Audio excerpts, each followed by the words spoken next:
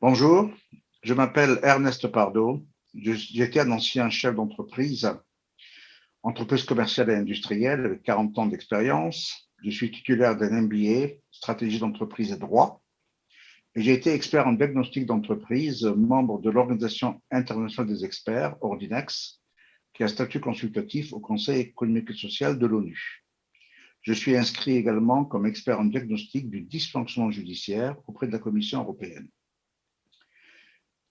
Comme j'ai toujours été passionné par la vie de l'entreprise et par les problèmes judiciaires qu'elle rencontre, j'ai animé deux associations, l'une qui s'appelle SOS Entreprise, qui avait pour vocation de s'occuper des entreprises en difficulté, et l'autre qui s'appelle Ultime Recours, qui avait pour vocation de s'occuper des situations judiciaires dans lesquelles les entrepreneurs et les entreprises étaient plongés.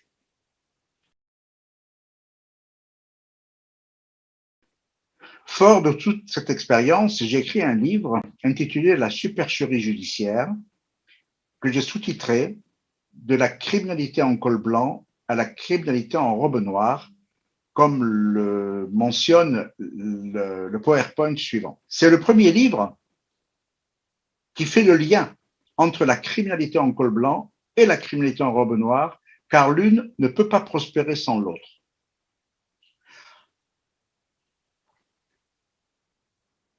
Alors, pourquoi ai-je écrit ce livre? Je l'ai écrit pour 4 raisons. D'abord, révéler, ensuite, être utile, témoigner et agir. Révéler quoi? Je voudrais révéler qu'il existe un monde insoupçonné, un univers de mystères peuplé d'initiés aux pratiques secrètes qui opèrent dans la plus grande opacité. Dans ce microcosme énigmatique, inintelligible au vulgaire, des cols blancs et des robes noires célèbrent en signes kabbalistiques leurs pratiques ésotériques qui assurent leur fortune et s'engraissent du sucre des malheureux. Ces créatures diaboliques attirent leurs victimes au moyen d'illusions et de faux espoirs, les plongent dans les méandres de souterrains obscurs, inextricables, parsemés d'embûches et de pièges sournois, et les anéantissent sans aucun état d'âme. Vous qui entrez ici, abandonnez tout espoir, aurait dit Dante, ou lisez ce livre qui, tel un vieux grimoire, vous révélera tous les secrets pour conjurer les maléfices. Bienvenue dans le monde de la supercherie judiciaire. C'est donc pour révéler au plus grand nombre cet univers sous-jacent qui lui est inconnu et qu'il ne découvre généralement qu'in vivo, c'est-à-dire trop tard, et en situation souvent dramatique et inextricable, que j'ai écrit ce livre pour alerter, mettre en garde et dire que le mélodieux et envoûtant chant des sirènes, avec lequel on a trait les candides dans la jungle du monde économique et financier, finira en cri d'Orphée et en chant du cygne dans la jungle du monde judiciaire. Il y a donc une première inspiration fondée sur la volonté de révéler. Nous sommes en effet plongés dans un monde de leurres. Il y a le leurre institutionnel au moyen duquel on nous rassure. Il y a ensuite la stratégie informelle qu'on utilise pour nous ruiner, nous anéantir. Et enfin, il y a la supercherie judiciaire avec laquelle on nous achète. Le leurre institutionnel s'articule sur le fait que toute la société humaine est bâtie sur des leurres et des supercheries qu'on nous assène par répétition pour ériger le faux en vrai, nous intoxiquer et nous les administrer sous forme d'idées reçues fondées sur l'habitude. C'est Peggy qui a dit « Il est pire qu'une âme asservie, c'est une âme habituée ». À la page 645 de mon livre « La supercherie judiciaire », j'en révèle quelques-uns de ces mythes, tels celui de la séparation des pouvoirs, de l'élitisme, des conditions de la réussite, de l'état de droit et de l'état de notre droit, du rôle affiché de nos institutions et de celui qu'elles ont en réalité. La stratégie informelle, c'est l'objet d'un autre livre que je finalise, mais que j'évoque dans ma supercherie judiciaire. Ce sont des prédateurs qui ont affiné des stratégies criminelles qui constituent ce que j'ai désigné de stratégie informelle, en distingue les stratégies implicites, les stratégies explicites. Et moi, dans une thèse, j'ai développé la stratégie informelle. C'est quoi? C'est l'ensemble d'actions coordonnées, d'opérations habiles, de manœuvres dégagées de tout formalisme, de toute structuration ou institution, en vue d'atteindre par tout moyen un but précis. Pour imager cette stratégie informelle, à faire comprendre, il faudrait se référer à la série Mission Impossible. Vous vous en souvenez peut-être, c'était une série dans laquelle l'acteur entrait dans une cabine téléphonique, il recevait ses instructions sur un magnétophone à l'époque, et on lui disait qu'après avoir reçu ses instructions, la bande allait se détruire en quelques secondes. Et il lui appartenait de mettre tout en œuvre pour justement atteindre le but précis par n'importe quel moyen. Et on lui disait aussi, si l'un de vous ou vous-même étiez pris, le département d'État, c'est-à-dire le gouvernement, niera absolument tout, il est au courant de rien. C'est cela la stratégie informelle. Les entreprises se retrouvent dans des situations absolument incompréhensibles, hallucinantes. Elles ne savent pas d'où ça vient, ni qui les a mis là-dedans, mais elles subissent bien cette situation-là.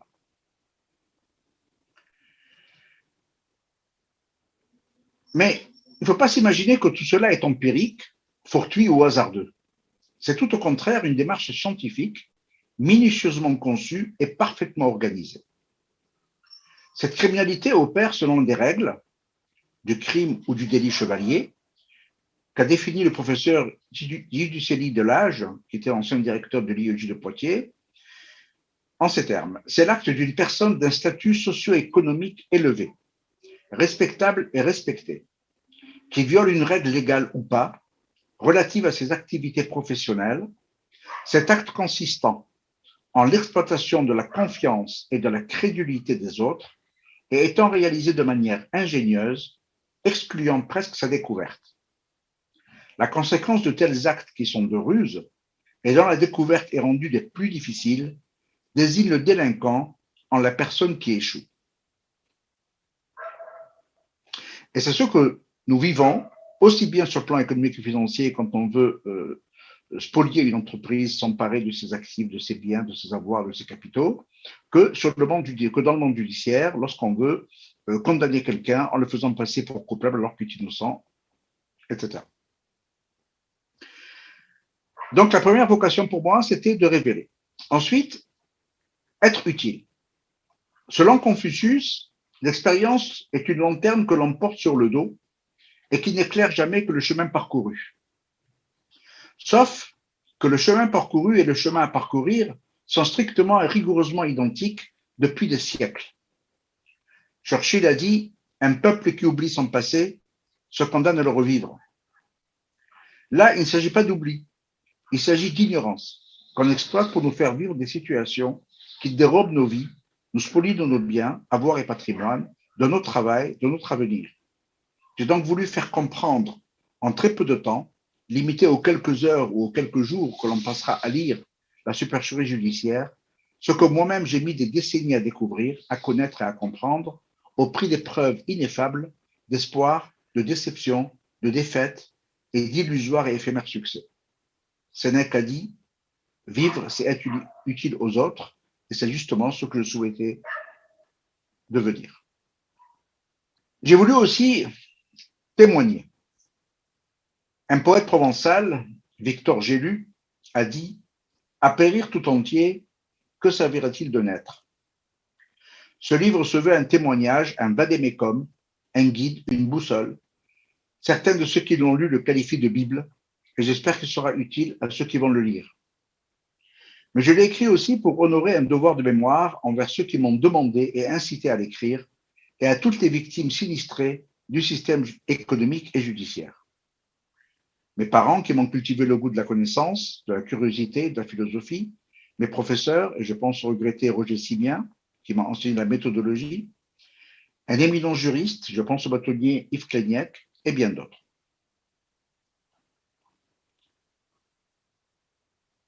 Sans cette connaissance, on peut dire ce que Dante a inscrit dans les enfers, Par moi, on va vers l'éternelle souffrance, vous qui entrez, abandonnez toute espérance.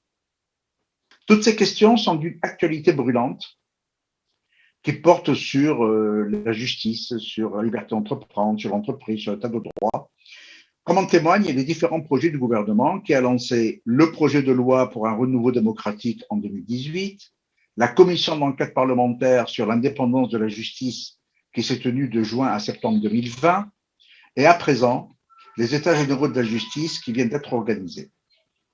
Après avoir révélé, tenté d'être utile et témoigné, il faut à présent agir. À cet effet, j'ai contribué au projet de réforme de la justice en Europe initié par la Commission européenne. Voici le document de travail qui m'avait été communiqué à l'époque, où j'étais interrogé. Et ça a débouché sur un rapport du Parlement européen, qui est tout en anglais, qui fait 114 pages. Et ce rapport renvoie à une section 2 consacrée à la France, qui est intitulée « L'arbitraire au cœur de l'Europe ». Il y a quand même un sacré parcours entre la France, pays des droits de l'homme, et la France, l'arbitraire au cœur de l'Europe. En moins de 2 siècles, nous sommes dans des situations diamétralement opposées. Donc, ce rapport du Parlement européen cite mes travaux et renvoie au diagnostic et à l'analyse de la situation que je leur ai adressée. Et il mentionne les références de la supercherie judiciaire et les échanges de notes et d'observations avec la Commission.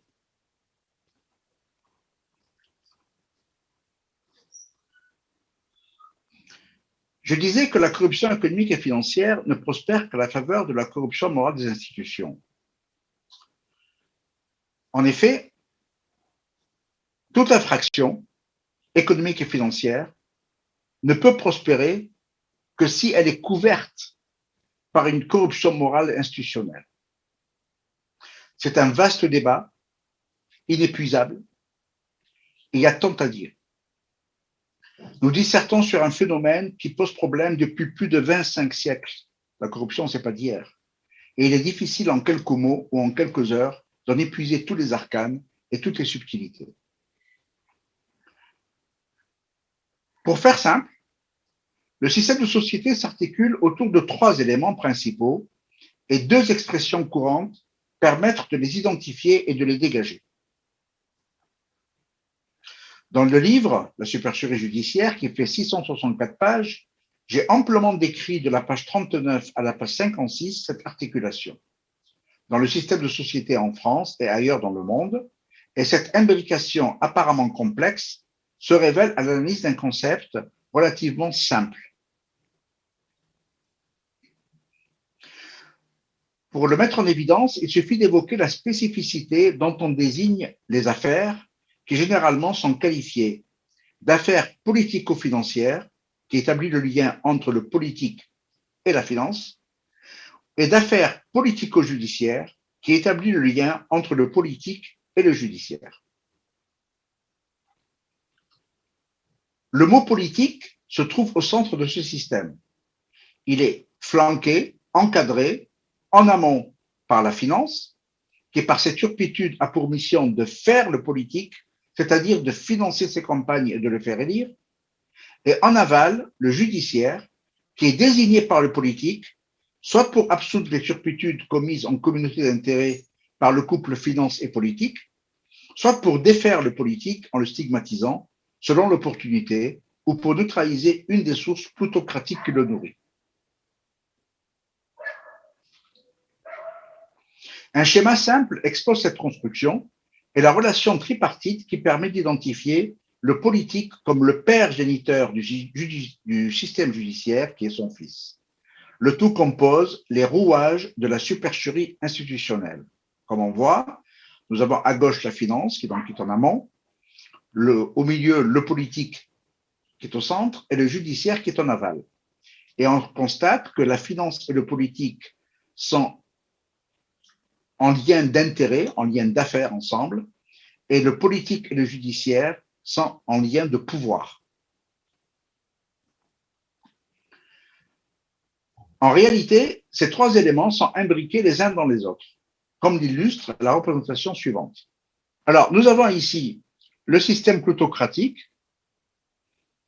qui est impliqué et qui fonctionne dans les scandales des affaires.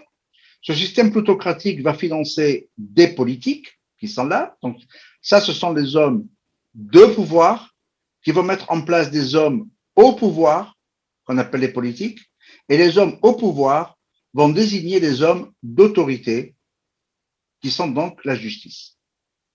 Cet élément de justice a pour mission de couvrir les turpitudes qui sont commises en lien entre les deux. C'est un élément très intéressant parce que tout dépend de lui. En fait, cette justice, tout dépend d'elle. Pour défaire ce casse-tête, il faut agir précisément sur la justice. Et voilà. On essaye de s'en sortir et on défait les trois éléments qui constituent la société en agissant uniquement sur la justice. Mais on va développer tout ça dans les présentations qui suivent. Dans cette configuration de ces trois éléments, tout le monde se tient. La plutocratie et le politique se tiennent dans les affaires, par les affaires et les scandales qui les lient et les impliquent réciproquement, puisqu'on parlait d'affaires politico-financières. Le politique décide de l'économique et du financier, en allouant avantages, privilèges, monopoles et autres prébendes qu'exploite la plutocratie. Et le politique nomme aussi aux emplois civils, militaires et judiciaires. Ainsi, le politique tient à son pouvoir le judiciaire en décidant de son évolution dans l'échelle économique et sociale et en infléchissant le sort de l'autorité judiciaire à travers la gestion de sa carrière et celui de sa progression sur le tableau d'avancement. Et enfin, le judiciaire tient le politique par sa capacité à judiciariser les affaires selon l'opportunité, les actes que le politique commet ou a commis, susceptibles d'invalider toute candidature ou de déchoir quiconque de sa position sociale, et le judiciaire tient aussi la plutocratie par son pouvoir répressif. Donc, vous voyez que tout le monde se tient par la barbichette et nous sommes tous en communauté d'intérêt. Ce qui se dégage de cela, c'est le rôle éminent du judiciaire. On constate que le judiciaire tient à la fois les plutocrates, donc les financiers, et les politiques, et que plutocrates et politiques doivent le séduire. Déjà en 422 avant notre ère, Aristophane dans l'Équèpe écrivait: y a-t-il plus délicieuse béatitude que celle d'un juge par le temps qui court? On est en moins 422. N'est-il pas amplement pouvoir? Ai-je à envier quelque chose à Zeus? En 1668, dans les Plaideurs de Racine, il dit: qu'est-ce qu'un gentilhomme? Un pilier d'antichambre. Combien en as-tu vu, je dis des plus huppés, à souffler dans leurs doigts, dans ma cour occupée, le manteau sur le nez ou la main dans la poche, enfin pour se chauffer, venir tourner ma broche. Donc il y a une soumission totale à ces dieux de l'Olympe qui sont le monde judiciaire. La compréhension des rouages de la supercherie institutionnelle a été tardive et ne se révèle aux masses que très récemment. Dès lors que la connaissance est pouvoir, les masses doivent rester dans l'ignorance qui est le gage de leur soumission.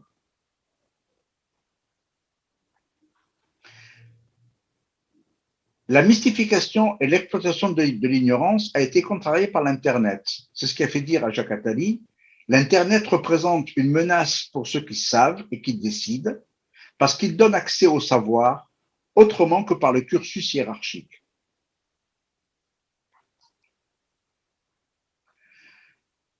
Cette culture de l'ignorance sur les deux plans, c'est-à-dire sur le plan de la criminalité en col blanc et de la criminalité en robe noire, a ses règles.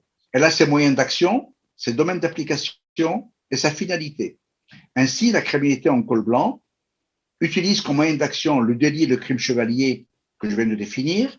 Son domaine d'application, c'est l'économique et le financier, et sa finalité, c'est l'enrichissement crapuleux, l'anéantissement des victimes.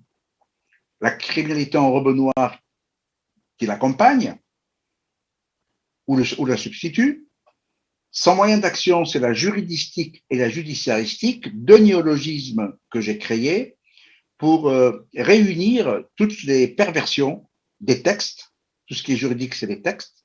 Et la perversion des textes, je l'ai désigné de juridistique. Et des procédures, tout ce qui est judiciaire, ce sont les procédures et l'agent judiciaire. Et j'ai donc désigné les perversions de judiciaire par la judiciaristique. J'ai emprunté le suffixe ic à la criminalistique. En matière criminelle, on a le crime, la criminologie, la criminalité, la criminalistique et le criminel, bien sûr. Et la criminalistique, c'est la technique qui consiste à partir de la scène de crime, à partir de l'identification des empreintes, de l'ADN et autres traces, d'essayer de remonter jusqu'à l'auteur du crime. Donc, le domaine d'application, bien sûr, c'est le judiciaire. Et la finalité, c'est toujours la même finalité, c'est la gestion de carrière par l'anéantissement des victimes inoffensives au profit d'influents coupables qui sont capables de renvoyer l'ascenseur.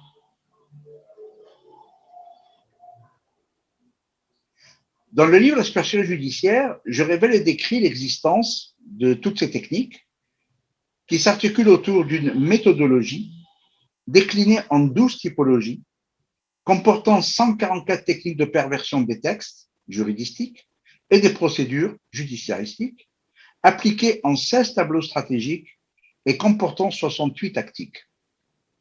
Vous voyez que c'est très scientifique tout ça, et très organisé. Et je définis les 3 lois que j'ai dénommées les 3 lois de Pardo, auxquelles obéit tout ce montage. La première loi, je m'en suis inspiré de celle de la relativité restreinte d'Einstein. E égale mc2, et moi j'ai rajouté qui tend vers l'infini. Sauf que moi, je ne désigne pas les mêmes choses qu'Einstein. E pour lui, c'est l'énergie qui est égale à la masse, facteur de la vitesse, la célérité, au carré. Pour moi, E, c'est l'enrichissement crapuleux, qui est égal à la masse M des malversations, facteur de la criminalité économique et financière, de la corruption économique et financière, élevé au carré de la corruption morale des institutions, et tout cela tend vers l'infini. La deuxième loi de Pardo, je l'ai écrite avec les symboles PE supérieur à CO. CO, c'est la vitesse de la lumière dans le vide. C, ça a été, O, c'est le vide. Et moi, j'ai découvert qu'il y a une vitesse encore supérieure à celle de la lumière, c'est la vitesse PE. PE, ce n'est pas Pardo Ernest, c'est Put d'escampette. Parce que dès qu'on demande à un membre de l'agence judiciaire d'attaquer un de ses homologues qui a commis des infractions, des délits, qui obéissent à la première loi de Pardo, ça veut dire des malversations, de corruption, etc., il va prendre la fuite à une vitesse supérieure à celle de la lumière. Et enfin, si on surmonte ces 2 écueils, on arrive à une 3e loi de Pardo qui est un peu plus complexe, mais que je vais vous définir, et très facile à comprendre. Et dans cette 3e loi, il est dit que, quels que soient les efforts que vous allez accomplir pour essayer d'attraire en justice les auteurs de votre décrépitude, de votre anéantissement, ça va n'aboutir à rien, en vertu de cette 3e loi de Pardo. Alors, cette 3e loi de Pardo obéit aux 6 I. Que sont les 6 I? Ils désignent l'irresponsabilité, l'inviolabilité, l'inamovibilité, l'incompétence, l'intouchabilité et l'infaillibilité de l'agent judiciaire et de tous les autres commis de l'État. Ces 6 éléments qui ont pour racine S, c'est-à-dire le statut, et S1, le sectarisme, absolument exclus de l'univers de R qui désigne la responsabilité, et de celui de C, qui est celui de la culpabilité du commun des mortels. Ça a pour résultat l'impunité dans les éléments définis qui sont la somme des indices allant du privilège qui équivaut à la dispense de peine et à l'immunité qui équivaut à l'exonération de toute sanction. Le tout appartient à l'univers A, qui est celui de l'amnistie, soit présidentielle, soit par grâce médicale, et le tout est inclus dans l'univers de l'inégalité, quel que soit le degré de responsabilité ou de culpabilité des voyous conventionnels, des influents coupables. Alors, vous voyez que quels que soient les efforts que nous allons accomplir pour tenter d'attraire en justice une personne désignée comme responsable de vos difficultés, eh bien, ça va déboucher sur rien. Le fondement de ce que nous vivons réside dans la perversion des pensées les plus saines. Baudin, en 1576, a dit « Il n'y a ni richesse ni force que d'hommes ». À l'époque, nous étions dans une économie agraire où, effectivement, la force humaine qui labourait les terres produisait de la richesse. Platon a défini les activités humaines en deux catégories, les activités de production et les activités de prédation. Cette distinction a été ensuite reprise par Frédéric Bastiat au début du XIXe siècle. Comme il est plus facile de prendre la prédation que de créer, la prédation va se développer à l'abri d'un système qui va la légaliser à défaut de la légitimer. Et Frédéric Bastiat a écrit « Quand le pillage devient un moyen d'existence pour un groupe d'hommes qui vit au sein de la société, ce groupe finit par créer pour lui-même tout un système juridique qui autorise le pillage et un code moral qui le glorifie. »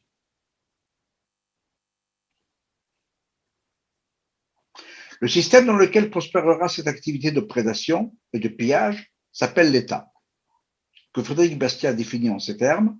L'État, c'est la grande fiction, à travers laquelle tout le monde s'efforce de vivre aux dépens de tout le monde. Nous y sommes.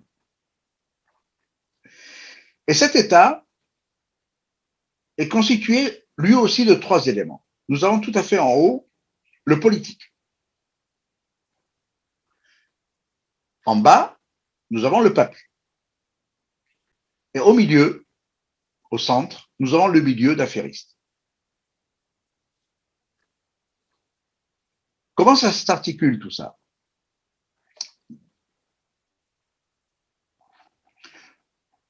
Le politique ou le milieu affairiste va financer des campagnes politiques. Et les politiques, une fois qu'ils sont au pouvoir, vont renvoyer l'ascenseur dans les milieux affairistes.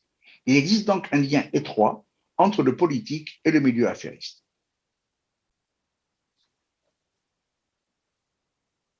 Nous sommes dans ce que je désigne la French Connection.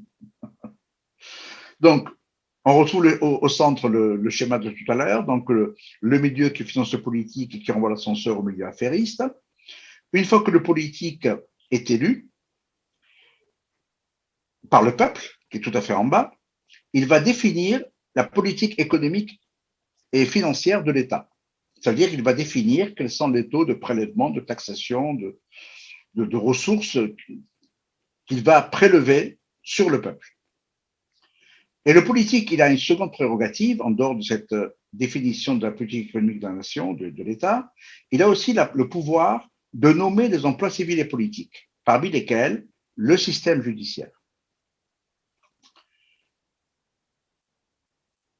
Les ressources qui vont être récupérées par le politique vont être redistribuées à travers deux canaux, les grandes entreprises et les grandes administrations.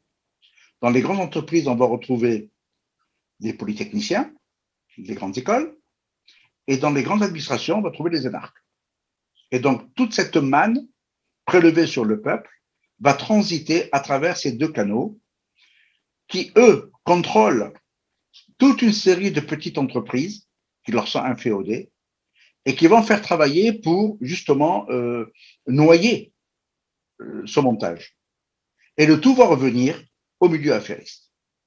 Alors, qu'est-ce qui se passe lorsque nous avons un artisan, un commerçant, un homme du peuple tout à fait en bas, qui se sent victime de cette turpitude, à qui peut-il s'adresser? Au judiciaire. Mais d'où vient le judiciaire? Il vient du politique. Et d'où vient le politique? Il vient du milieu. CQFD, il n'y a plus rien à faire.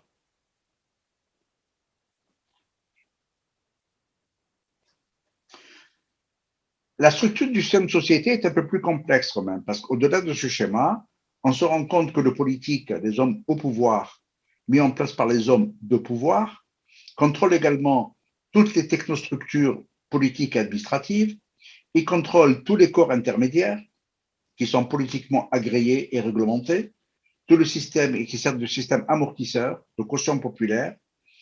Il contrôle également les organisations politico-sociales, les partis politiques, les syndicats, le patronat, les organisations professionnelles et sectorielles, les chambres de commerce, de la culture, des métiers, les autres professionnels, les avocats, les notaires. Il contrôle également les associations par l'intermédiaire entre société civile et pouvoir politique, notamment les journalistes. Donc, vous voyez que tout est entre les mains de ces trois éléments qui, initialement, je les ai montrés avec le casse-tête que j'ai défait devant vous. Voilà. Si on analyse un peu plus en détail qu'est-ce qui est contrôlé réellement au chacun de ces trois éléments, les plutocrates, eux, ils sont spécialisés dans le magouille économique et financière et ils contrôlent directement ou indirectement tous les organismes de financement. La captation des aides, des subventions centralisées entre un organe dispensateur, la captation des marchés publics, le contrôle de toutes les structures, de tous les organismes captateurs de fonds publics nationaux et européens, à travers les organisations professionnelles, les chambres de commerce, les chambres de métiers, les chambres d'agriculture, l'organisation patronale. Ils ont la tutelle financière sur les collectivités territoriales, les communes, la communauté de communes, les départements et les régions. Tout ça est entre les mains de la plutocratie. Le politique, lui, il contrôle les organisations politiques, civiles et sociales, c'est-à-dire les partis politiques, l'organisation syndicale, les associations. Les corps intermédiaires, avec les professionnels réglementés, les ordres professionnels, les officiers ministériels, les auxiliaires de justice, les avocats, les mandataires de justice. Il y a des sas et des filtres amortisseurs entre société civile et pouvoir politique, qu'on appelle les groupements, les médias, les journalistes, les désignations et nominations, qui dépendent également des politiques, et les technostructures politiques et administratives, les emplois civils, militaires et judiciaires, les professeurs de l'enseignement supérieur, la magistrature du siège et du parquet, fusionnés dans un même corps avec droit de veto de l'exécutif sur les nominations et contrôles de carrière. J'ai évoqué tout à l'heure le système de l'heure dans lequel nous baignons, l'heure institutionnelle, que je rappelle pour mystifier et rassurer, qui est constituée de plutocrates, qui sont des personnages sans foi ni loi, soutenus par des politiques, qui sont des personnages sans science ni conscience, et par des juges qui, constitutionnellement, n'ont ni Dieu ni maître. Ils opèrent à travers donc la stratégie informelle que j'ai définie pour ruiner et anéantir, et le tout est protégé par la supercherie judiciaire qui achève les victimes. L'objectif commun, c'est l'argent. Et là, il faut se référer à Saint-Simon qui a dit « J'ai reçu la mission de faire sortir les pouvoirs politiques des mains du clergé, de la noblesse et de l'ordre judiciaire pour les faire entrer dans celles des industriels. » Or, que vivons-nous aujourd'hui? Nous vivons bien sous une ère dominée par les GAFAM, par les industriels.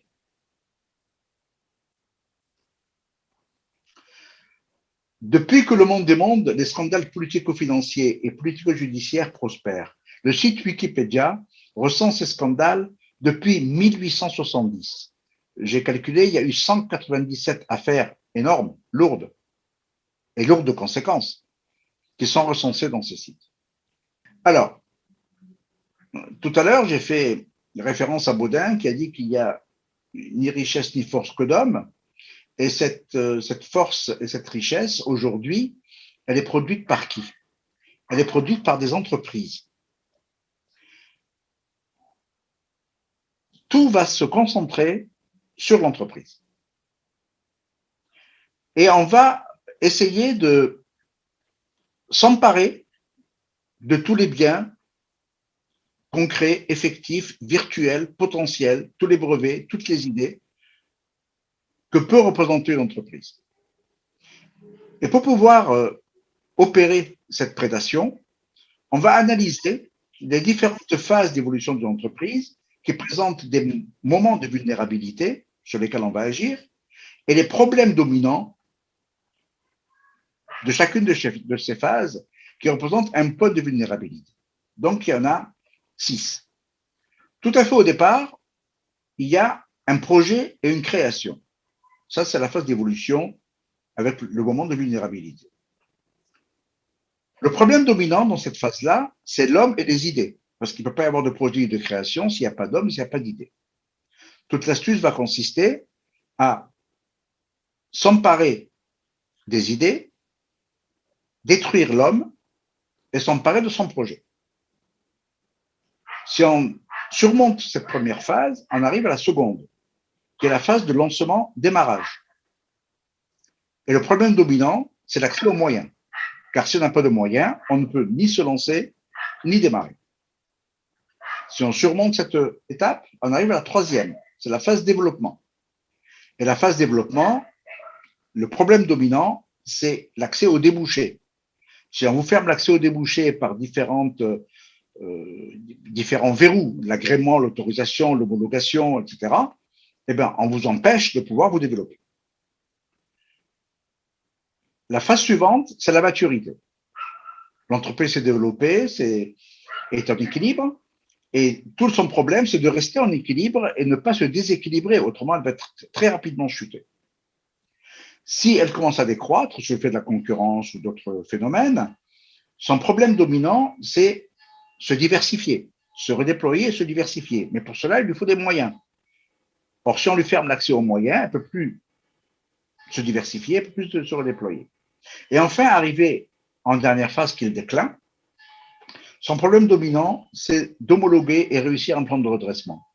Mais là, on se rend compte qu'elle va dépendre d'organes de procédure, d'organes de la procédure, des mandataires judiciaires, des juges consulaires, des administrateurs judiciaires, d'experts de toute nature, qui vont faire en sorte de empêcher qu'elle puisse faire homologuer son plan de redressement.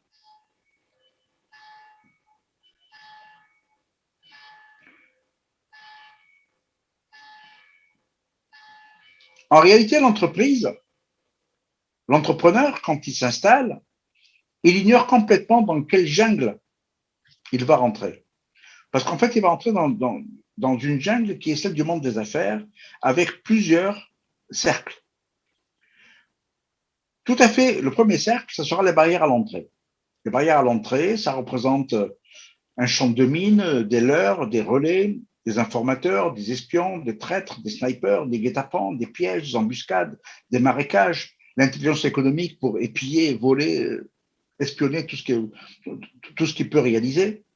S'il dépasse cette première barrière, il va tomber sur les freins au développement, avec les freins, les obstructions, les fausses pistes, les embuscades, les amalgames, les confusions, les surexigences, les audits perverses. On va vous dire, bon, on va vous aider, mais il faut d'abord faire un audit de votre entreprise. Mais l'audit consiste uniquement à déterminer quels sont vos points forts pour les neutraliser et quels sont les points faibles pour les aggraver. Et puis, on va vous mettre un tas d'entraves diverses. Si vous dépassez cette étape, vous arrivez au troisième cercle, qui est constitué donc de serpents, de crocodiles, de caïmans, de migales, de plantes carnivores, d'environnements hostiles, de requins. Si vous survivez à tout ça, vous avez les charognards qui vous attendent avec les vautours et les piranhas. Si vous bougez encore et que vous avez compris que vous voulez attaquer les responsables de vos difficultés, ben vous allez vous heurter aux caves, aux fusibles, aux complices, aux lampistes. Et puis avec toute une série de petits couteaux, le tout est animé par un cerveau criminel qui est au centre avec pour seul objectif le butin, le fric. Et si vous arrivez à le toucher, vous tombez sur la troisième loi de Pardo, c'est-à-dire qu'il dispose de poterne d'échappement. Il pourra toujours s'en sortir, lui. Ça, c'est la jungle du monde des affaires. Alors, il faut se poser la question, si on vous parachutait dans une jungle, vous, un citadin amazonien, par exemple, sans aucune préparation, ou sur une autoroute, à pied, quel est le temps de survie que vous avez? Sur l'autoroute, c'est même pas 3 minutes ou 5 minutes. Et dans une jungle, c'est aller une demi-heure, 1 heure, 2 heures. C'est cela l'entreprise.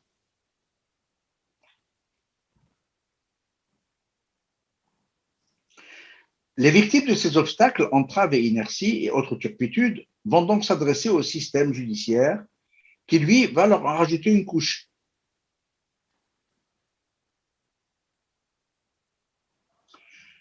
Un système, il va découvrir un système extrêmement complexe, que moi je désigne comme le Rubik's Cube, mais de Thémis Cube. Thémis, c'est la déesse de la justice, et donc j'ai appelé ça le Thémis Cube. Alors, dans ce Thémis Cube, nous avons 3 ordres de juridiction. On a le judiciaire, décliné en multitude de branches de tribunaux. On a l'administratif, on a le supranational. Nous avons aussi 3 niveaux d'appréciation par degré.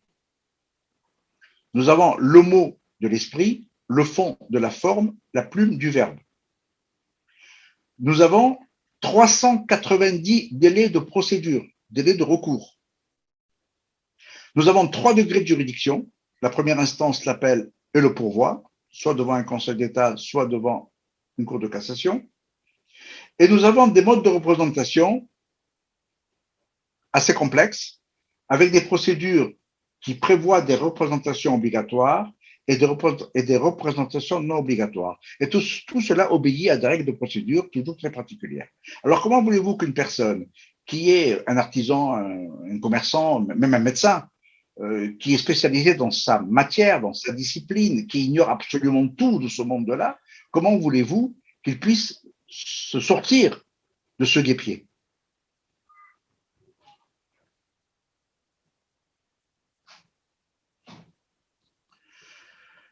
C'est ainsi que l'état de droit, dont on nous dit que nous sommes dans un état de droit, devient un état de passe-droit pour déboucher sur un état de non-droit. Pour aboutir à ce désastre, on utilise le droit, qu'on transforme en un droit à l'illusion pour déboucher sur l'illusion du droit. Et là, on rejoint la divine comédie de Dante dans l'enfer. Par moi, on va vers l'éternelle souffrance, vous qui entrez, abandonnez toute espérance. Je me répète, mais je pense qu'il est intéressant de comprendre dans quoi nous baignons exactement. La procédure est d'une simplicité enfantine. Vous voyez? Voici le parcours. Alors, vous êtes entouré de juges, de magistrats, d'huissiers, d'avocats, de greffiers, de commissaires-priseurs, de conseils, de mandataires, de clercs, de notaires, d'experts, de postulants, et vous rentrez dans ce labyrinthe avec les consultations, les constitutions, les citations, les pourvois, les hypothèques, les injonctions, les notifications, les sommations, les significations, les interventions, les gages, les émoluments, l'enlèvement, le mur des cons, les commandements, le nantissement, les consignations, etc. Vous êtes un véritable labyrinthe, vous allez mettre 40 ans et vous n'en sortirez pas. On va vous dire, pourtant, les textes sont très clairs. En voici la preuve. D'un côté, vous avez les textes de base, et de l'autre, vous avez la doctrine jurisprudence. C'est parfaitement clair. Qu'est-ce que vous ne comprenez pas là-dedans? Et en plus, tout est codifié. Voici les codes. Nous avons 73 codes en droit français. Voici les codes. Vous n'avez qu'à puiser tous les éléments nécessaires à votre défense. Alors, qu'est-ce qu'un code? Un code, c'est un langage codé, qui doit être codé que par celui qui dispose d'une clé. Or, qui est-ce qui dispose de la clé? Ce sont les gens de l'agence judiciaire. Ça veut dire les avocats, les notaires, les huissiers. Voilà. Eux, ils ont les clés. Mais vous êtes ignorants. Or, tout à l'heure, je vous ai dit que l'ignorance est la source et le gage de la soumission, puisque la connaissance est pouvoir. Donc, ils ont intérêt à vous maintenir dans votre ignorance pour justement mieux vous soumettre.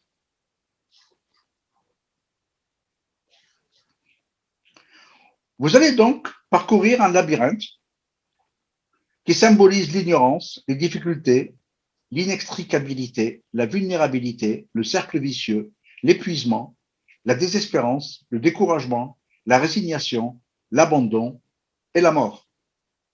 Et vous en sortirez, bien entendu, totalement ruiné, sur tous les plans, économique, financier, physique, social, familial, vous serez totalement anéanti. Durant des années, on va vous dire, le principe est, quand vous avez tort, vous avez tort. Et quand vous avez raison, vous avez tort d'avoir raison. En termes plus clairs, pile tu perds, face je gagne. À cette fin, on utilise la supercherie suivante qui est à peine exagérée. On va vous promener, vous balader, vous égarer, vous entraîner et vous enliser durant des décennies dans les dispositions de l'article X modifié par l'article Y dans son acception initiale Z, issue de sa rédaction R, complétée par le décret M, repris par la disposition N, dans le dernier alinéa F, réformant le texte précédent, a dans son alinéa 1 de la section 8.5 conduit à la nouvelle disposition alpha, devenue bêta, avant l'entrée en vigueur de la circulaire gamma, dont le codicile delta impose l'application epsilon, abrogée par la loi L du règlement R selon la directive D, elle-même remplacée et complétée par l'arrêté T, etc. En définitive, vous avez tort. Toute cette comédie, toute cette farce, toute cette supercherie se joue en chœur. Il y a différents acteurs qui interviennent. On nous dit, lorsque les gens se plaignent de la justice, ils se plaignent d'une décision judiciaire. Mais d'où vient cette décision judiciaire? On se rend compte que la décision judiciaire est infléchie par des facteurs d'influence qui interviennent et qui infléchissent la décision judiciaire. Il y a d'abord l'avocat postulant, l'avocat d'appel, qui vont élaborer une stratégie judiciaire chacun. Autour de la décision judiciaire, nous avons les parties, les pièces, les témoins, les preuves, le dossier, l'expert, la mise en état, l'instruction, la procédure, le greffe, les actes de procédure, l'huissier, officier ministériel, l'enquête, l'enquêteur, les interprétations et les influences. Tout ceci va infléchir le juge avec le parquet pour déboucher sur la décision judiciaire. Mais ça, ce sont uniquement les facteurs d'influence exogènes à la décision. Si maintenant on considère chacun de ces intervenants, on se rend compte que chacun d'entre eux, ce sont des facteurs endogènes, est habité par peut-être la mauvaise foi, la jalousie, le corporatisme, la notoriété, le milieu, les liens occultes. Il est animé par l'espoir, par la crainte, par le mimétisme. Il a des alliances. Il est intéressé par l'argent, par la hiérarchie, par l'intérêt, par l'incompétence. Il a sa carrière, son opinion, ses préjugés, son cadre de référence et toute une autre série d'éléments que vous ignorez. Ça va infléchir l'activité, la diligence, le conseil, l'information pour déboucher sur un résultat. En définitive, une décision judiciaire, c'est la combinaison des facteurs d'influence exogènes et des facteurs d'influence endogènes qui vont affecter les faits, la procédure, les thèses en présence, la stratégie et le droit, pour déboucher sur une décision qui sera lourde de conséquences sur le plan juridique, économique, social, financier, humain, sur le plan matériel et moral, direct, indirect et par ricochet. Voilà ce que c'est qu'une décision judiciaire. En réalité, les usagers de la justice, que j'aime pas appeler justiciables, sont en prise à trois forces principales. Ces trois forces sont au centre de trois cercles qui se combinent entre eux. La victime ou l'usager de la justice est au milieu et il dépend de ces trois cercles au centre desquels nous trouvons le juge, l'avocat et le procureur. C'est une véritable machine à broyer. Et regardons maintenant que contrôlent ces trois éléments. L'avocat, lui, son seul souci, c'est de protéger et de ménager le juge, la partie influente, l'huissier et autres officiers ministériels, le procureur, l'expert, les mandataires judiciaires et ses confrères. Et si pour cela il faut trahir et neutraliser son client, il le fera, il n'y a pas de problème. Sa carrière d'abord, sa caste d'abord, sa secte d'abord. Voilà ce qui préoccupe un avocat. Si on considère le procureur, lui, son souci, c'est de protéger l'État et les administrations, de protéger l'exécutif, la force publique. Ça signifie pourquoi les milliers de plaintes qui ont été déposées par les Gilets jaunes ont toutes été classées sans suite. Et donc, il va protéger également les plutocrates, puisqu'ils financent les politiques, et ce sont les politiques qui le nomment au poste où il se trouve. Il va protéger les parties influentes, l'autorité, l'agent judiciaire, le pouvoir et ses commis, aux fonctionnaires, etc. Et tout ça va se retrouver gravitant autour du juge, qui lui va protéger bien sûr le procureur, le greffier, la formation de jugement, c'est-à-dire ses collègues, ses assesseurs, ses conseils, les mandataires judiciaires, l'enquête et l'enquêteur, les experts, la partie influente, l'avocat et l'huissier. Donc, vous voyez que chacun de ces cercles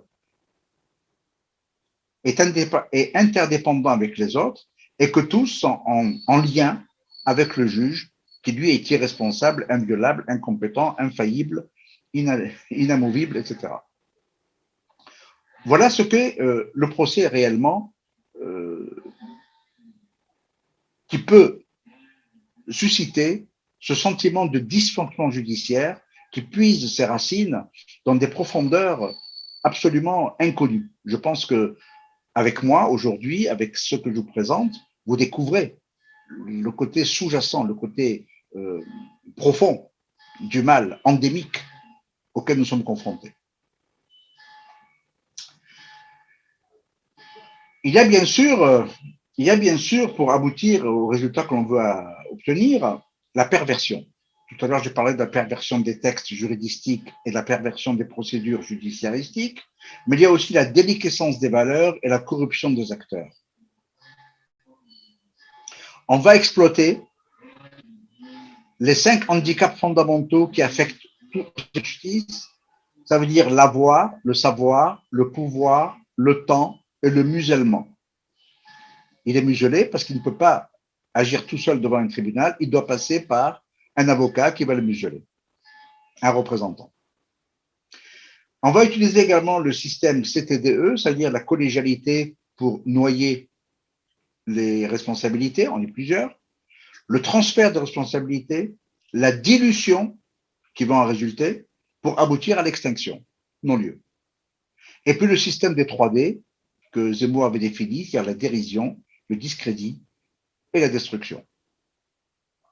Le tout baigne dans des liens occultes, dans le secret, dans les concertations et dans les complicités.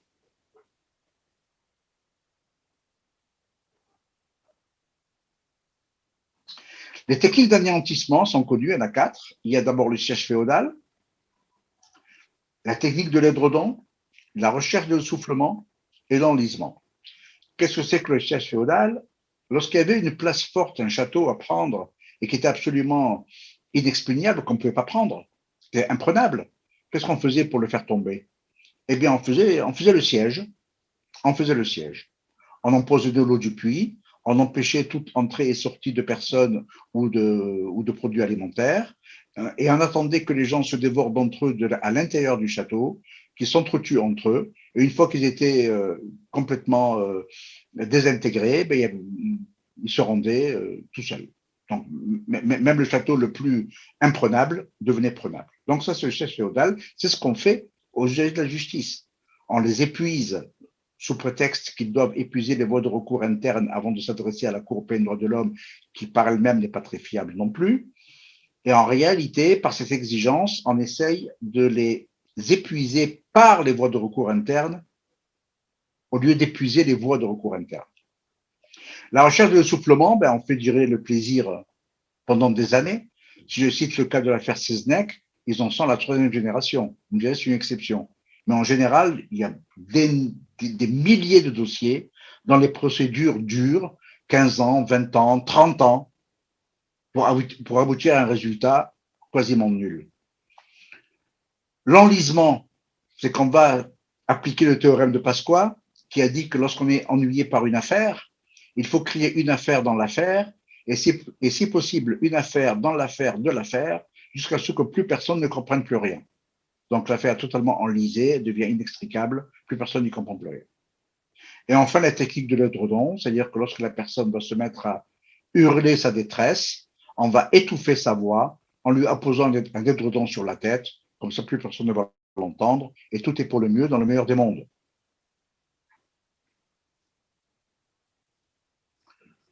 Montesquieu a dit « Il n'y a point de plus cruelle tyrannie que celle que l'on exerce à l'ombre des lois et avec les couleurs de la justice. » Il a dit aussi « Lorsque dans un gouvernement populaire, des lois ont cessé d'être exécutées, comme cela ne peut provenir que de la corruption de la République, l'État est déjà perdu. » Nous sommes en pleine déliquescence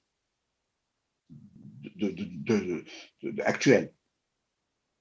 Quant à Rand Avna, elle a dit « Quand vous vous rendez compte que pour produire, vous avez besoin de l'autorisation de quelqu'un qui ne produit rien, quand vous vous rendez compte que l'argent, c'est pour ceux qui font des affaires, non pas avec des biens, mais avec des faveurs, quand vous vous rendez compte que beaucoup sont devenus riches avec des pots de vin et une influence plus que par leur travail, et que la loi ne nous protège pas de ces individus, mais qu'elle les protège à eux, quand vous vous rendez compte que la corruption est récompensée et que l'honnêteté mène vers le sacrifice de soi-même, alors vous pouvez dire, sans avoir peur de vous tromper, que la société est condamnée. Malheureusement, c'est ce à quoi on assiste.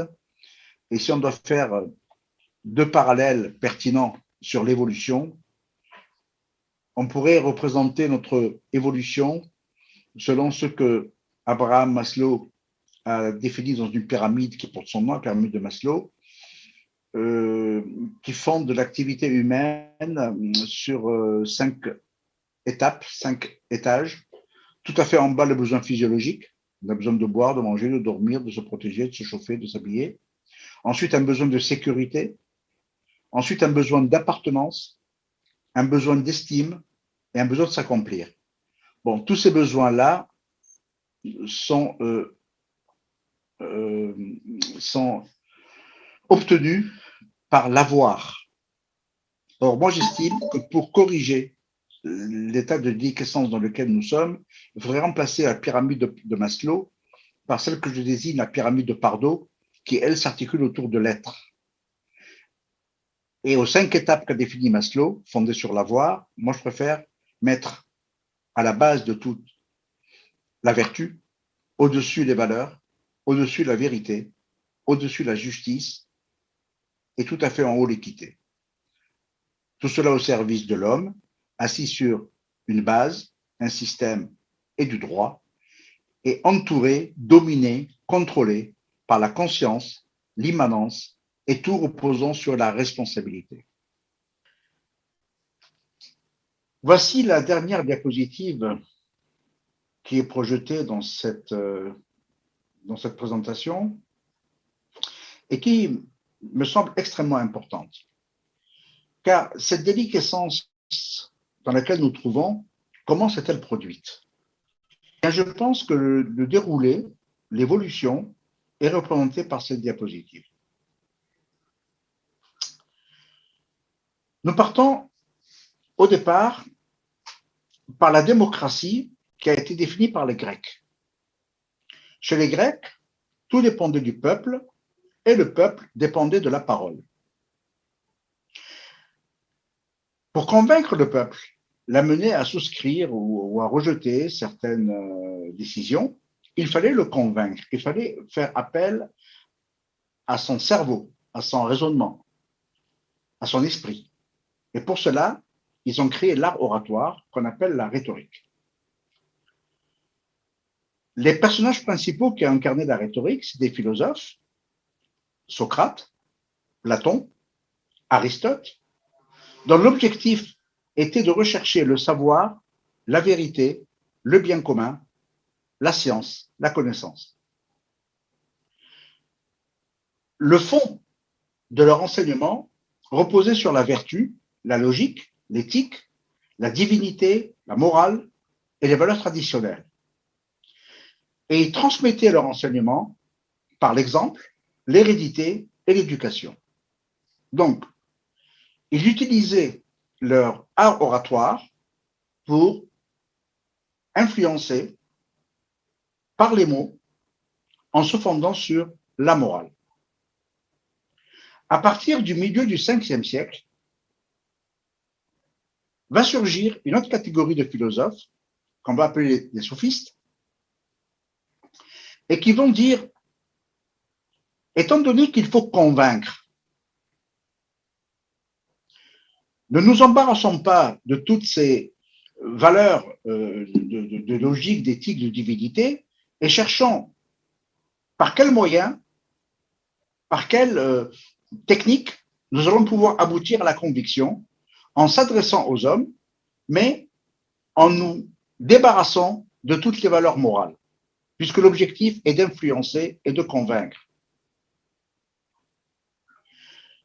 Et ça va donner lieu à ce qu'on appelle la deuxième sophistique, qui va instaurer la dialectique. Ça va être incarné par Protagoras, Gorgias, Prodikos, Hippias, Alcibiade notamment. L'objectif de la recherche du succès par tout moyen, même par falsification ou au prix du sacrifice de la vérité. Et pour se débarrasser de toute entrave morale ou éthique, ils vont proclamer que l'homme est la mesure de tout. C'est-à-dire qu'ils vont supplanter les valeurs divines par l'homme. Et bien entendu, en installant l'homme comme étant la mesure de tout, ils vont exploiter tous ses défauts et tous ses tares qui vont servir justement de moyens d'influence. La transmission se fera par un enseignement des techniques dialectiques. Donc, vous voyez les deux phases. La première, on veut influencer par les mots en se fondant sur la morale.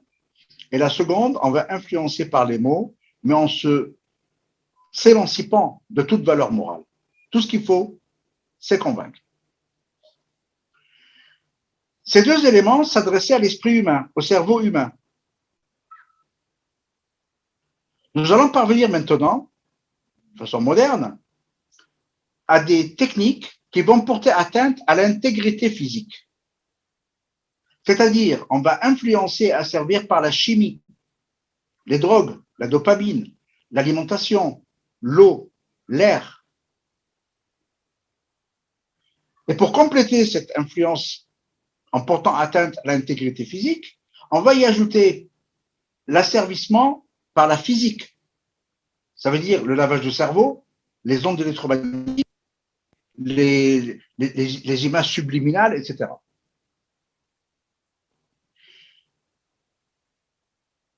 Et là, on va rejoindre ce que Saint-Simon avait dit, de placer le pouvoir entre les mains des industriels, et on va aboutir au système de dystopie. La dystopie, c'est la gestion des populations par les mots MAUX, par rapport à l'utopie qui est la gestion de la population par le bien-être. Et cette dystopie incarnée par Orwell, par Huxley, par les GAFAM, a pour objectif de robotiser et de transformer l'humain, transhumanisme, le transgénisme, sur fond d'aliénation de l'homme, et la transmission se fait par une dictature technologique, notamment l'intelligence artificielle et les puces RFID dont on veut nous implanter le cerveau. Ça veut dire qu'on va purement et simplement supprimer le cerveau à l'homme pour le remplacer par des puces. Et tout ceci va aboutir vers quoi? Vers l'extinction de l'homme et de l'humanité. Nous sommes en plein dans cette décadence, et s'il n'y a pas une prise de conscience brutale pour nous réveiller à tout ça, ben malheureusement, j'ai l'impression que l'humanité sera perdue. Voilà. J'ai fini ce lent exposé. J'ai voulu être le plus le plus court possible, mais je voulais aussi être didactique, explicatif. Je vous remercie de m'avoir suivi jusque-là. J'espère vous avoir apporté des réponses aux questions que vous vous posez. J'espère avoir été utile à éclairer certaines situations, certains phénomènes qui échappent à l'entendement. Je vais en découvrir aussi, sans aucun doute, parce qu'on ne sait pas tout. Et je vous dis à très bientôt à une nouvelle vidéo. Merci beaucoup.